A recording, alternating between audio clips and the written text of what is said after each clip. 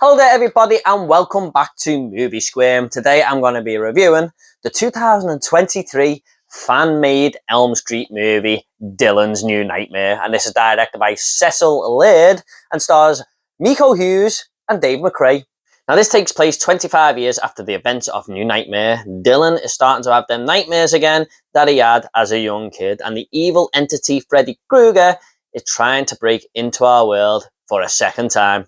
Now, I am a massive Freddy Krueger fan and a massive Elm Street fan. This is the reason I love horror. Nightmare on Elm Street is my gateway into the genre, and I've never looked back since. And New Nightmare is actually one of my favourite Elm Street movies, even though technically it's unrelated to the franchise in certain ways. It's a much more clever script, and it's doing something totally different. But over the years, I've grew to appreciate it even more, and it's probably in my top 3 Freddy films, to be honest. So I didn't really know this fan-made movie was coming out until just a few months ago there. I thought I would have heard about it, but I've only ever seen one fan-made horror movie, and that was Never Hike Alone, which I was pretty surprised by, to be honest. So I was definitely up for watching this one, a fan-made movie about my favourite franchise in horror. I was definitely willing to give it a go, and I was excited to see what these filmmakers could actually come up with. So what do I think of Dylan's New Nightmare? Let's find out. Now, one of the first things I was impressed with, really, is this actually does feel like a New Nightmare sequel. It isn't just in the title. When you see these little shots of the Beverly Hills and Hollywood, you can just tell straight away that this is all taking place in the same location as that movie. And then it even carries them themes that the first movie had with, you know, Hollywood. The movie opens with Dylan, played by Miko Hughes, who is doing a casting audition. So it's all very much in the movie-making industry, which New Nightmare was. And I just thought it felt exactly like a New Nightmare sequel should feel. And Miko Hughes coming back was just awesome, I feel. You know, really good boost for the filmmakers here. And it was nice to see a character who I'd sort of grew up with, you know, as a kid, and him being a kid, and seeing him 25 years later jumping back into the shoes of Dylan. It didn't feel disconnected. It didn't feel like he was a totally different character. It felt like it was the same person, and I think he'd done well to recapture that. And you can just tell his heart and soul was put into it here, and he'd done a great job in the movie. However, I've just got to say, Dave McRae was absolutely brilliant here as Freddy Krueger. He absolutely took this role, grabbed it by the horns and ran with it. I thought he was an excellent choice to play this much beloved villain that so many people have huge respect for. So many horror fans love it. It's always going to be a hard casting to do. And I would not like the job of trying to cast Freddy in the new movies, because if you get that wrong, that can totally kill your film. But he was absolutely the best thing about Dylan's New Nightmare here. The way he moved, the way, you know, he had this voice. The voice he puts on him, Freddy, is perfect. And I was very, very surprised. No disrespect to Dave McRae. I've never really seen him in anything. I'm not saying I'm surprised because he's a bad actor or anything like that.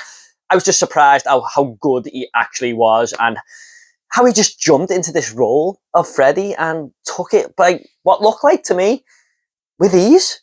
And this again is a very dark version of Freddy Krueger. They're my favourite types of Freddy Krueger because there's lots of different versions of him. You look at the Freddy Dead Freddy, it's way over the top, too comedic. You got Freddy in Elm Street 3 where it's finally balanced. But in the likes of Elm Street 2 and New Nightmare, that Freddy is just so dark. And I like it when he's like this. The jokes are kind of funny in a dark way. They don't really make you laugh. They make you feel uneasy because you know how sinister he is actually being here.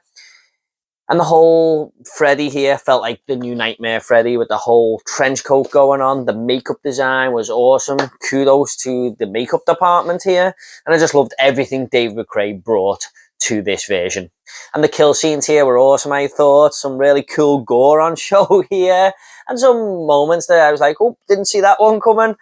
And you know, Freddy obviously just elevates these scenes like he does in most of the Elm Street movies. And there's some really nice camera work on show here as well. Not just in the kill scenes, but even just other moments. It's not pushed too much. It's not like Cecil Laird is going, look how amazing I am in every single scene. Like that movie Cherry with Tom Holland in, where it was just every scene. He just picks his moments here. And there was some really nice corridor shots, like there's a zoomed in shot going down a hallway where other characters are waiting for their audition and just doing their own thing, and the main focus is Dylan. I thought that was a really nice shot. You got Dylan waking up from nightmares where the camera just sort of flips and does a 180 to show you that he's waking up from a nightmare. And you got Freddy walking up walls and everything, but the camera is utilised really well. And I really hope this takes Cecil Laird to new places, because he's definitely got talent behind the camera, so well done, sir. And then, just a little couple of things here that I was just like, oh man, they're not really bad things. They're just very little nitpicks. But one of them was the abrupt sort of ending. Dylan is trying to connect with his mother and stuff in this. I'm not going to say too much, but I kind of wanted that a little bit more just from there. And the runtime here is about 35 minutes, but about 10 minutes of that is credit, so it's over very quickly. I just thought it was going to carry on, unfolding the story and stuff.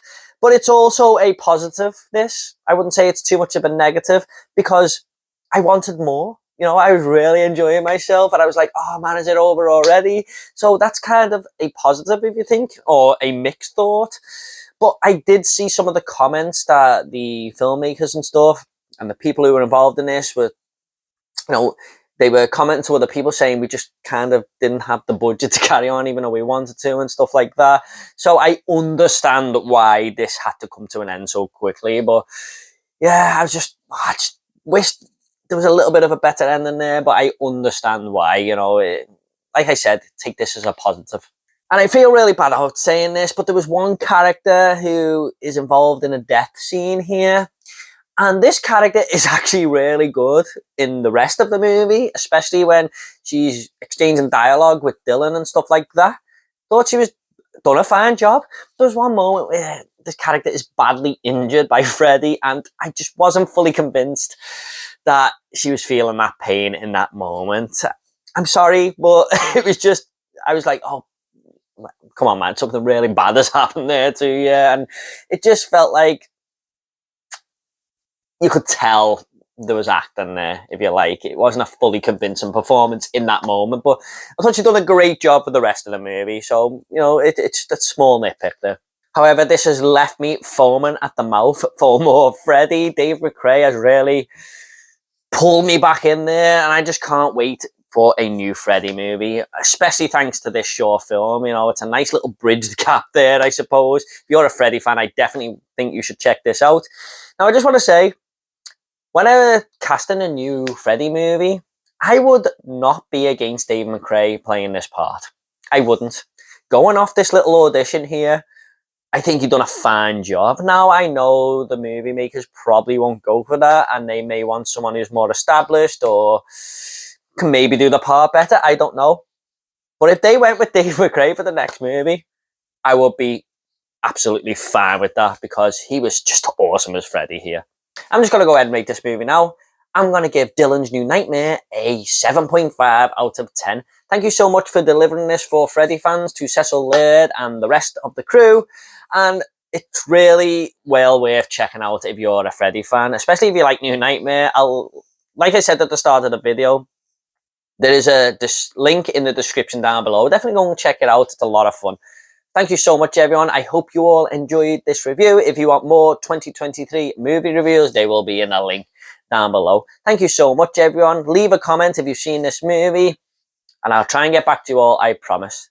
I'll see you all in the next video.